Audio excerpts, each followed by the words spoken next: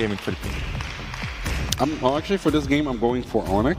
You know, although overall I'm actually Aurora, but I'm going for this game. I'm going for ONIC. I think their lineup is their draft picks are very nice, very risky, and I like high risk, high reward kind Let's of style. Let's get for the biscuit. Yeah, yes, yeah, all right. Enough from us. The draft is done.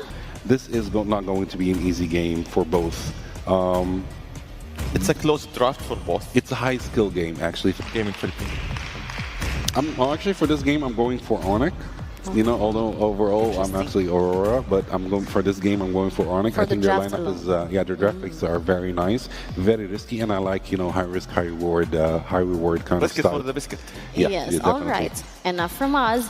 The draft is done. The stage is set, and it's finally time for the action. Let's send it over to our casters to bring you Game 1 of ONIC Indonesia versus Aurora Gaming PH. Casters, take it away. Thank you so much to the panel there for breaking it down. It's our last best of 3 in the semifinals here. And I'll tell you what, it's still me, Naisu, but I'm joined with someone else this time. It's Rockhart joining with me. Rockhart, ONIC versus another Aurora, but this one being from the Philippines. Will we see an Aurora versus an Aurora grand finals? We're going to find out in these 3 games, hopefully 3 games, or will ONIC be able to get to the grand final spot to face off Aurora from Turkey? We'll find out. Now, one thing I will say, Rockhart, this lineup, these lineups across the board here is pretty much what we've been seeing for the past maybe 3-4-ish months. And these are some of the most comfort, best picks for these players on both sides. I actually was going to say that. Like, this is so comfort. Like, did they even draft? Like, I think everyone just got exactly what they wanted. No questions asked. It feels like ONIC is, I actually don't blame it. Our analysts are a little bit split on this one. Just because it feels like it's so good for either of them. It can go either way. Yeah, part of this is, I don't know, if you look at both and what we've seen throughout Games of the Future so far for 2025, it is a whole lot of roam impact, which has always been the case. So if you look at the teams that have had the most, and these are the teams that really is the roam pressure. Like roam, especially the Cho, for example, this is Kiboy, and he's got his Cho pick. We've seen him do this in many stacking roams, right? We go ahead and get those pickoffs. This is a very extended roam in comparison. For example, if we compare it to Carlos is not your roam. He's mainly the utility and lay down the glorious pathway. Yes, he has a stun, but essentially he's there to go ahead and provide either a quick way to follow or to disengage or to cut off the opposing team. But the way that Light plays the high a little different too. That's another thing you have to take in consideration. Again, Light being one of the most aggressive roams in professional MLBB. Oh, mid lane. Oh. But that's speaking of aggression, right after getting the real world, they go for the fight, and Sanz gets first blood. Of course, Demon Kite gonna not let that go unpunished. Gonna go ahead and get that kill, so it's a 1-for-1, and that's both of our mid laners. Actually, no, it's Kyrie falling on the other side, so that's gonna slow him down a little bit, man. Yeah, that's tough. You die early as a jungler, you're gonna have some difficulty, right? But you got to be able to catch up. YSS is pretty good at doing that, though, even if you have your late start into the transition here. So they're going to fight for this turtle. There's going to be no contest for this, as you mentioned, with Kyrie going down. So they go for that. Now, part of this, too, is, again, they forced that fight in the mid. But as soon as those level 4s were available, Aurora Gaming Philippines knew that they had basically an advantage that they could work with. And this is the thing, too. You don't see too often the aggressiveness in the gold lane from our previous teams, right? But, for example, this is Domenkite and Skylar. Skylar having a massive history of performances throughout Indonesia.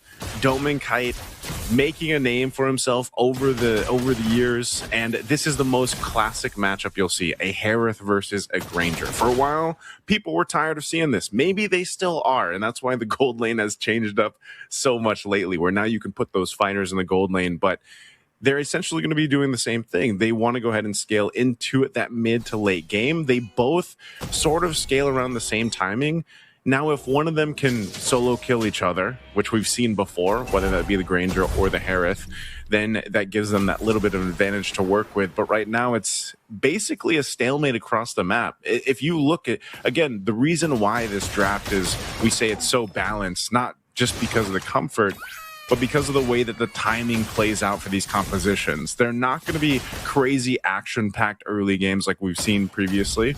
They're going to mostly fight around if they force something in the mid before the turtle comes up, or it'll be around the turtle fight. I actually completely agree. I feel like these are both like just so balanced. There's just a little bit of like deviation, like who spikes faster. Sometimes they can spike a little bit faster. Some heroes, especially like you're talking about the Harith and the Moskov, right? Sorry, it's the Harith and the Granger on top side. It's actually really good for both of them. Sometimes if you can get a really good catch, the Harith can just burst down the Grangers, stuff like that, right? So, yeah, absolutely. It feels like both of these gold laners are actually very heavily affected by the patch, but very happy to play it. Ooh, lots of understrikes being locked in by ONIC. This might be actually a pretty good fight for them. See if that's gonna happen. Lupi, you'll get a little bit of lantern flare treatment there and gonna get bursted out before even casting anything. Even has the green on his ultimate right now, and that's a second turtle going over to Aurora Gaming here from the Philippines. It's another pickup. Again, objective plus a kill that they can work with. You know, these being spread out here. Edward? Ooh. He's gonna get away. Oh Man.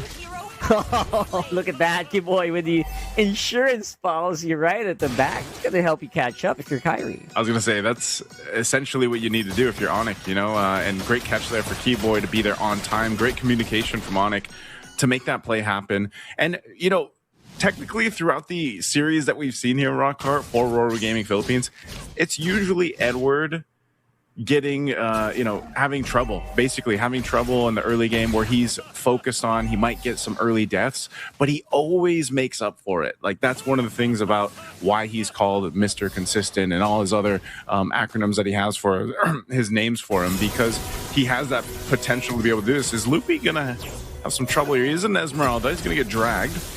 Oh, man, look at that. Lupi, of course, has more sustainability now. It's like a 1v2. Oh, off-cam kill there for Edward, by the way. They're taking a lot of pressure on the mid and taking out Light with them as well. Of course, Lupi is going to be the sacrificial lamb for that, but it feels like it's very worth, especially for ONIC. Yeah, see, ONIC is starting to at least find these little wins. These little wins across the map, they're starting to go ahead and shift the momentum, which they need to do. Again, when you lose in the jungle, you lose your jungler early on, I should say. You kind of have to go ahead and cover the other lanes, the other grounds here. They might actually potentially, if they can take the third turtle once it's up, that's the best thing for ONIC, because right now Aurora Gaming is, especially with getting the first tier 1 turret down, maintaining a bit of a lead. Now, this lineup, like I said, for ONIC is essentially still capable of getting that numbers advantage just by playing around Kiboy. And so, hovering around this mid lane, they want to go ahead and clear it. Light's going to go ahead and go for it. Oh, okay, he actually disengages. Thought he was going to drop the Glorious Pathway down, but this fight for the third turtle, half health. They're actually holding on to ultimates very, very well, especially here for Aurora. They're having a lot of ultimates ready for the fight. They get the turtle and they kill. Very stocked. Aurora Gaming PH, that's 1.8k gold lead for them, and they're not done yet. Nice. So I think they want to keep on going for more. They don't forget they still have that Glorious Pathway. Decides to just play a bit more carefully after that. It's one of the things you can do. Again, it's positioning, right? Light was in the perfect position. He was right there in that bush. Didn't even really need to do too much. It's just the presence of that Hylos again and having that revitalize you. The difficult part for ONIC and their lineup is actually dealing with that. I mean, at some point, Kiboy on the Cho, whether he's able to get a pick off or not, if he gets stunned and stopped in his tracks, you know, he can get low pretty quickly, or he has to burn the flicker. Lupi as well, man. Lupi 0-3. Your Esmeralda usually is the one that's kind of, they would say, you know, Esmeralda's kind of unkillable. She's tough to deal with. But when you have this kind of crowd control offered with this lineup from Aurora Gaming, and then that follow through with the amount of damage early game that a Lancelot provides you to an extent too, in the way the Kiboy. It's a free man knockup on the G Kundo, actually, right close by is Sanz. Gonna get lots of kills and some decent DPS despite obviously the Harif being there. They're gonna push back and we're gonna join the fight just a little bit. Loopy's actually quite low. I don't think ONIC wants to go for this one, and they will not. So pretty good pickoffs happening here for ONIC, but again, being traded almost instantly by Aurora that time. It's always the difficult part about being a Cho player. You know, all the Cho players out there know what it's like. You gotta go in, Jikundo, or set up your kick, and essentially you're kind of sacrificing yourself away, right? You want to go in and get that setup for your team, but you know that it's going to be very difficult to get away, especially if you use the flicker to initiate. But nonetheless, what ONIC has been able to do here, Rockhart, is stay within grounds. Like, it's not anything too crazy of a lead that Aurora Gaming has over ONIC, which puts them in a position that they can actually contest this Lord if they want to. Skylar is going to go ahead and get that turret down, picks up a Sky Piercer as well. So the scaling here on both sides for the gold laners are going to start to show. Sky Piercer 2 for Yue. There's the kick. Okay, there you go. That's what you want to get started here. Light will use the Glorious Pathway to dig out. Edward misses on the Land Shaker, and actually that might force them to go back. Skylar, look at this guy. He's just going bananas. Throwing bullets left, right, and center, taking down Edward in the process, and now they're pushing Aurora Gaming back. They seem to be the ones who are in control of this Lord Pit. Yeah, they're going to go with that. And meanwhile, exactly when he got the Sky Piercer, he gets a kill. So they have positioning here, but I think Aurora Gaming wants to go for this. Oh, yeah, absolutely. Look at Demon Kite, though. Forward throws just to buy a little bit more time, but not going to be enough for him to go for the steal. Kyrie this time has massive control on that turtle, or sorry, that Lord. And they're going to be able to get that one. Going to be great for taking down those turrets on mid and bottom. Get more golds into their pocket. That is the quickest I feel like I've seen a Lancelot get zoned in on it and taken out. I mean, it was more so of an attempt to like just go for it for Demon Kite to see if he could potentially get in the position to try to retribution steal that away. But ONIC played that really, really well. They knew that that was going to happen and they timed it greatly. So now with this, Lord's pushing up top. ONIC will go ahead and continue to open up the map. They want to get this mid turret down. It's just a couple hits away, and Aurora Gaming are going to have to just give this one up as they prepare for the tier 2s. Kiboy giving the information that Demon Kite was getting his orange.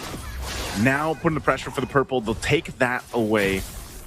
Now let's see. Aurora Gaming with their backs against the wall in this defense for now. They still got the holy shields and everything else. Still going to be fine, but this is where we have to start to see that time that they've built up, and now that this favors for ONIC, can Aurora Gaming get a team fight that they're looking for? So far, you see what's happening here, Rockhart. If Light is the one that gets kicked, it kind of messes things up a little bit. You know, you got to give props to Kiboy for being able to get that target acquisition down. Yeah. All they're going to get off this is some of those shield defenses being popped. The top one goes down. They still maintain the tier 2 turret in the mid. But again, for Kiboy, that's what is so admirable for the Chos that are able to pull that off. They get the right targets. That kick alone changes that cadence of the fight, and that's why they were able to win that last one that did break out.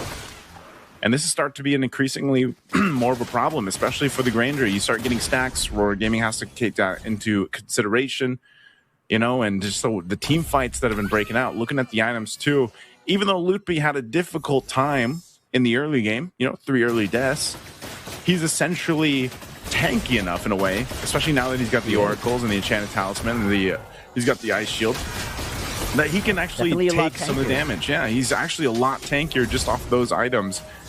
And so that's something they have to watch out for. Aurora Gaming, though, they'll be able to clear this out. Light dropping down the Glorious Pathway once again defensively.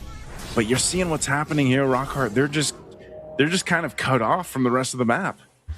That's true. I think that's a big point, right? Like, Light, despite being the tankiest member of Aurora Gaming, actually is not as tanky on his own as Lutfi, right? Light needs that Glorious Pathway to regen the HP. You need that Revitalize. So that's all, like, slowly just regenerating your health. You're not really, like, built like a rock or anything, right? So if you can catch that, if you can stop the regen before it happens, the Hylos are surprisingly squishy. Aren't you a Hylos main? Or was? Yes, I'm speaking from experience. I was going to say, speaking... Yes, that's exactly what I mean. Top Philippines, Hylos at one point, right? I mean, I know you have a ton of experience with the Hylos, and that's exactly what we're seeing kind of happen here to Aurora Gaming. They are going to go ahead and get in position for this Lord, though. Again, broken walls, something always to consider in the team fights around here. But look at the poke. The poke of the Granger is what that advantage is in comparison to the Harith as well. You can go ahead and fire off some of these shots of the Destinata, keep them at bay. Again, that space for Skylar is so important here too. So they'll go ahead and reset the Lord. A glorious pathway drop down. Oh, there you go. That's more proactive right now this time for Aurora Gaming. And now they're chasing Lutfi, which will be protected very well by Sanz. That real-world manipulation. There's just no way they can play around that. But look at Edward. He's trying to go for it. Great placing on Landshaker, but he will get taken out. Just not enough DPS right now for Aurora Gaming to make any difference in the team fights, except for Doming Kite. He is definitely the guy who is making it work, at least making sure that Aurora PH can kind of do something in a team fight, but it is still just a massive amount of lead, a massive amount of control for ONIC Indonesia. They're still going to go for this wrong card. They're trying to get an opening here. Oh, they tried. Doming Kite was swinging around. The Kite brothers were trying to make something happen.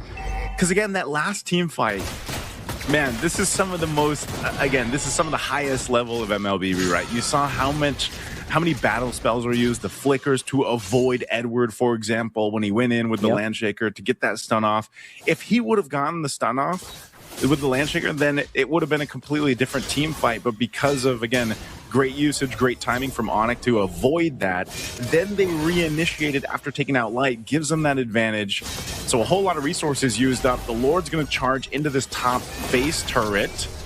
We'll see. It is going to be cleared out rather quickly, though, because once again, these lineups are so balanced across the board for this game one.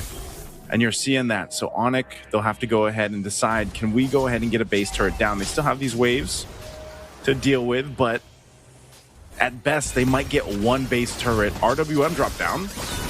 Well, that's if they can actually win this team fight, but still look like they're going to be able to take out Sanz. Aurora Gaming definitely going to do great with that -1, but look at Lutfi. He's diving in on the middle of that pack and doing some decent damage, pushing back Aurora Gaming. I mean, they look like they had some momentum, but again, a great pushback from that Esmeralda.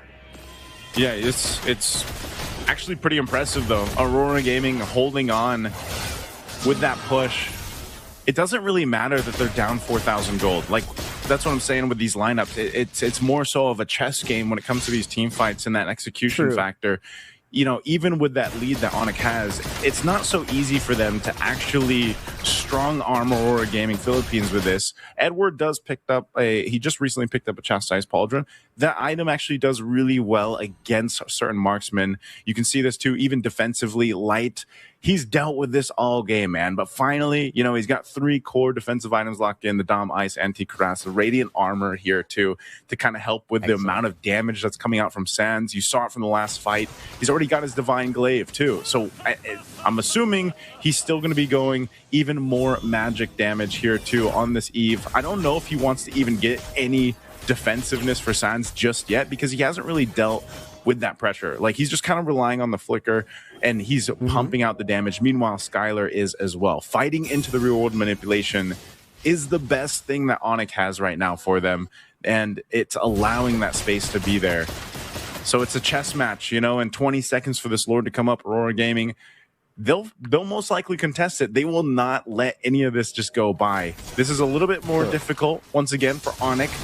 The tankier Light gets, and Edward, it doesn't have to all just fall onto Light's hands now. Like, Edward can be the one to go ahead and kind of start these fights up like we saw him previously. And you never know, if he goes and gets in that stun and that lands this time, that might change that course of the fight. Immortality being picked up here by Kiboy too. Once again, giving a little bit of that extra time that he might need to escape after setting up the Way of the Dragon, the kick. So this positioning is super important here. Neither team's probably going to fully commit to this unless they catch someone out. A beacon used, though, from UA. So that not being available actually is very helpful for ONIC, but the Lord evolves now at the 18-minute mark. Yeah, so that's a little few seconds difficult, that a little difficult to take. So you're absolutely right. Again, it's all about whether or not Aurora can actually tank the real world, and as time is progressing, they actually might be able to. But here comes that big fight we're talking about. They're diving straight into the backline, and that's going to be the jungler for Aurora Gaming removed already. And now it's a 4v5, and they are going to have to make a run for the hills if they want to survive, and they're going to be able to take out Ludwig. But looks like all that's going to be left on the field is going to be Dominkai. It's 1v3. It's only a Harif. What are you going to do? You got a big wave on the middle, and I think that's exactly what ONIC is just going to capitalize. No need to go for the Lord this time around. 24 seconds on the death timers at earliest. That feels like game. ONIC winning that fight around the real-world manipulation. Exactly what I was talking about would be the hard thing for Aurora Gaming Philippines to get through. Skylar had all the space in the world to fire off from the back lines, and they collapsed on Aurora Gaming Philippines. They knew the time was coming, so Aurora just kind of decided, you know what, we maybe we go for the attempt. And even I want to see the Aurora how they will Lancelot like focus on their macros more. We'll see about that. All right, the tension is rising here, and the series could be decided right here, right now. Let's send it over to our casters to bring you Game 2 of ONIC Indonesia versus Aurora Gaming PH. This could be the game that sends us to the grand finals. Casters, take it away. Thank you again, panel, for breaking it down. Here we are, Game 2. And this time around, we're going to find out if they can even out the series here for Aurora Gaming Philippines to get to a Game 3. Honestly, rock hard, that's how we want it. You know, we want these semifinal matches to go the distance. They've got the lineup to be able to do it. I feel like there was some good adjustments here for Aurora. One being the fact that, you know, they went with their own pickoff potential. That could potentially snowball them into the right direction. Demon Kite really struggled in the previous game on the Lancelot. Now this time he's up against a utility jungler. We do still see that occasionally, right? Assassin versus utility. And sometimes the assassin gets the upper hand. Sometimes it's the utility, based around this kind of holistic composition that ONIC brought. So we'll see if Aurora can actually make some early advantage by potentially getting her first blood. That's true, because it is going to be double marksman basically versus double fighter, right? So this is something that is going to be, you know, I don't know, maybe meta shift creating, depending on how well either one performs. So we'll see maybe if, you know, double fighter actually is the way to go, right? Or maybe we'll see if, you know, having a Granger and a Kimi on your lineup actually makes it so difficult for these double fighters to perform. So those are things I'm actually looking forward to in this matchup. But you're absolutely right. Like, so much is just up in the air for this game. And again, Aurora Gaming has that little bit of an early advantage maybe, but it's not much. Yeah, not much to deal with. Part of it, though, is like this lineup, you know, for the most part, yes, it's Edward on the Lapu Lapu again. It's a Demon Kite on the Lancelot. Even if they run it back for some of these heroes, it's more so just getting that upper hand. You have to give it up to ONIC in the last game. They were just really good at the team fighting, really good at finding the right moments to avoid that setup potential, even from Edward on the Lapu Lapu. We always know that when the Lapu Lapu is secured for a team, not only does he do a lot of damage, he can tank up quite a bit, but the stuns with the Landshaker are so good, just like this. Yeah, great stuns. There you go, Kyrie with the first turtle of the game. Edward and Light not going to be able to help out Demon Kite as much. Look at the presence. Look at the domination of ONIC in that one. Yeah, there's they're going to deal with that. I mean, that's one of the things they have to be careful for. Some of these initiations, especially in the early portion of the game, you got to kind of approach them in the right way. And even more so in the turtle pits, you know, like those areas are crucial to be fighting in. Now, this map being potentially the last map, if ONIC wins with it, expanding rivers, either way, when it comes down to these objectives, either team can choose to rotate really quickly. The fact that Dominkite is on a CC gold lane as well could change some of those later team fights, whereas, you know, Skylar essentially can do the same thing. It's only unfortunate for Skylar that he doesn't have the space that was provided with an Eve, like in game one, but because of the lineup, it's actually okay. You have a Kalea, you have the traction pulse from Sanz, and that actually is enough to go ahead and keep him relatively safe. Plus, like I said, the flicker is always an option as well. I think maybe they're thinking, you know what, we don't need like an Eve real world if we're gonna -1 anyway, right? Like there's just gonna be 4 enemies on the map. So that's they're thinking maybe of the Kalea. But look at that, Lutpi again is gonna be the sore spot here. Aurora Gaming is gonna try to punch on. Or, you know, but of course that isn't Esmeralda. Early game has great sustainability, and who has not that much sustainability, that's Dominkite, especially against 4 members of ONIC.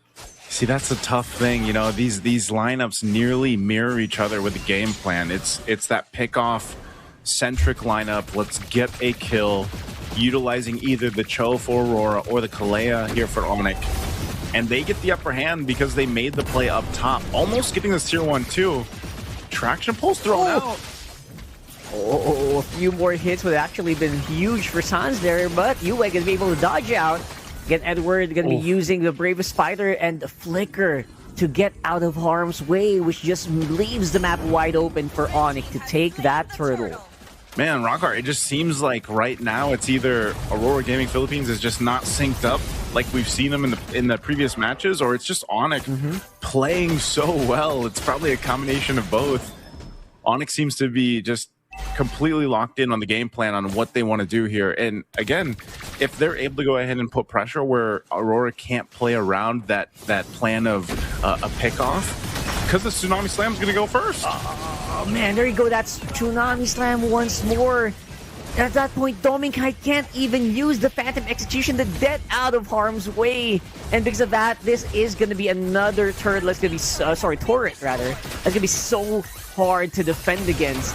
Now, of course, there has to be something to give for Aurora. Skylar, maybe absorbing some of Dominkite's hits, buying some time for Kyrie to get back into the fight here alongside Kiboy. That aggression of this duo, this Kalea and this Baksha, so nasty. Kiboy is so locked into the series. There's the kick though. Nice kick from Light, obviously gonna get some kills back, and that is Hans. So Sanz going down is gonna be so massive here for Aurora Gaming, and then slowing down that Kimmy. That Kimmy felt like it was actually starting to like steamroller them, man. Yeah, it's a problem they have to deal with, but nonetheless, right now ONIC is just winning off Kiboy's Kalea. For the most part, it's all been the Tsunami Slam. So now Light's got to go ahead and fill that in. He's done as well. He's got actually a couple kills on this, but it's more so the way they're moving around the map. There's got to be an answer for this, especially as they set up around this next turtle coming up in a couple seconds here. You're seeing it. Demonkite's going to get spotted out. He's actually having a difficult time this game, just like in game 1. Really getting pressured on his jungle, potentially to try to force him to use a retribution on the purple buff, so he doesn't have it for the turtle, but still, he'll be able to secure this just fine. ONIC waits in positioning. Again, same thing. Lutpi giving information. Kiboy waiting for that Tsunami Slam. So we'll see how Aurora approaches this. This 3,000 gold difference might play a part into this fight, but turtle secured. Yeah, huge, tricky turtle there, getting secured there by ONIC. There goes that team fight. Light, not going to be long for that world. Cannot really sustain Skylar's Ranger right now, who is just doing insane amounts of damage, even on Edward. That's a double kill for the gold laner of ONIC. And not to mention, they also got that turtle. Demonkite now going to be struggling to even get the jungle camps on his side. Let's see if he gets this orange. He should be able to retreat. Oh, he doesn't get it. Unfortunately, yeah, he doesn't get it, and it's looking even more grim now for Aurora Gaming Philippines here. The way this game is going, 3 turtles now in the hands of ONIC, 5,000 up in terms of gold.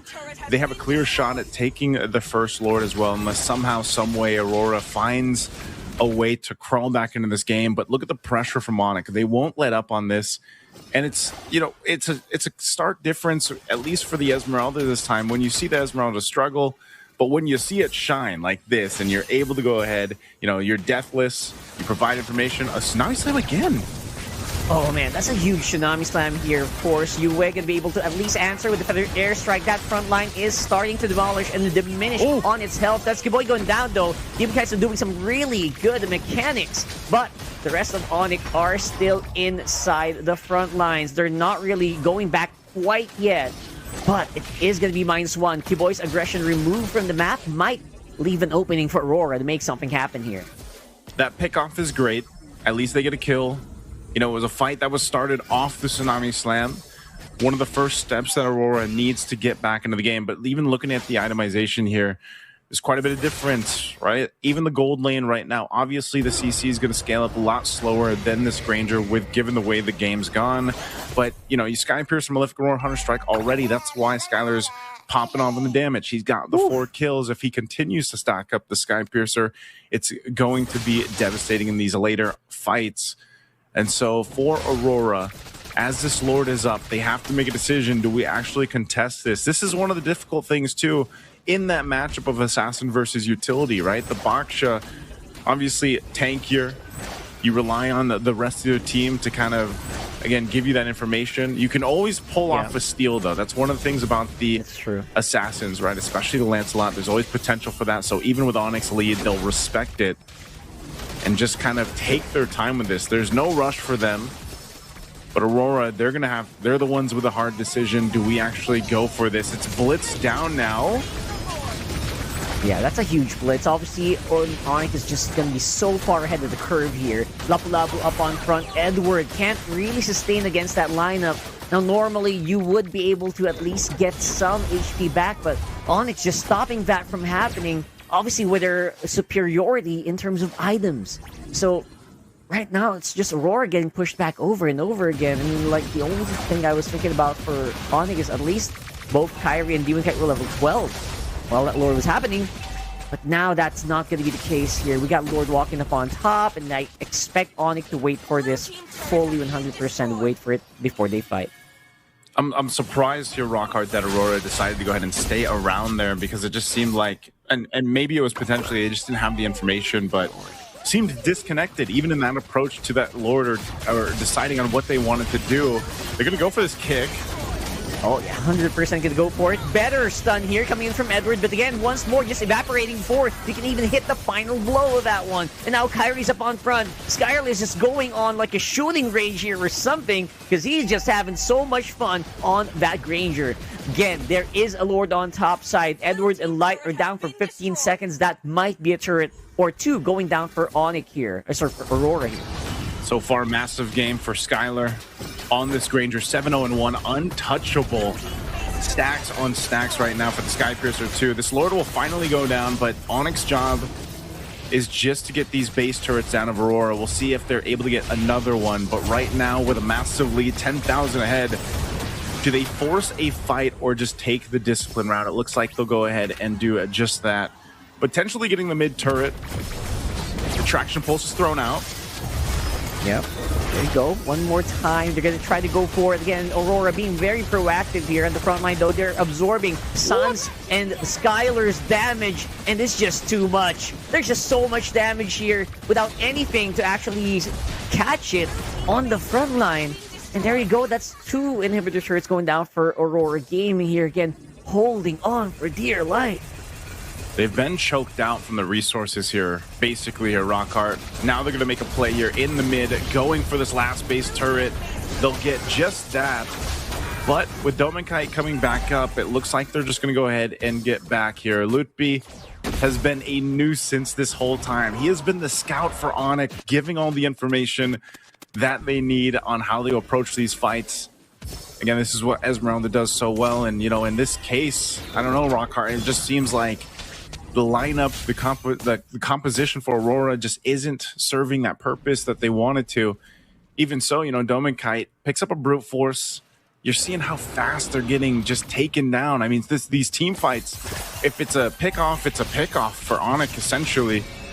At what point does Aurora Gaming get back into a fighting form? They're going to have to forfeit this Lord over to ONIC and then just get ready for this defense. Now, the only shining hope in this lineup that they have right now is the defense capability because you've got a Farsa. But as soon as you use that feathered airstrike to kind of deal with some of that push, and of course the Lancelot to an extent, then other than that, you don't have that much else, right? You've kind of got to utilize the kits, and that's for Edward and to an extent Light and Domenkite to clear out these waves and manage them. But it's so difficult once the feathered airstrike is gone. So this is so crucial for Yue to really get the most value out of this, and that's why they're trying to manage these waves. The Lord is making its way in the base, and the traction pulse thrown out. Yeah, throwing it out there, and there's just not much the front line here. Gonna go in for the back line. Light is hunting down Skylar, but with that Purify will not be able to actually make a mark. Just a few more hits. That might be it. ONIC are gonna be the ones on top here, and gonna be beating out Aurora Gaming PH 2-0. You can see Kyrie excited about that one. A let's go after they win it. ONIC just looking so good here. I mean, this was probably some of the cleanest that we've seen them play, at least here for the Games of the Future. And it was just very one-sided. This one was completely their game, their control. Skylar unstoppable, man. Unkillable. Stacks on the Sky Pierce. That's what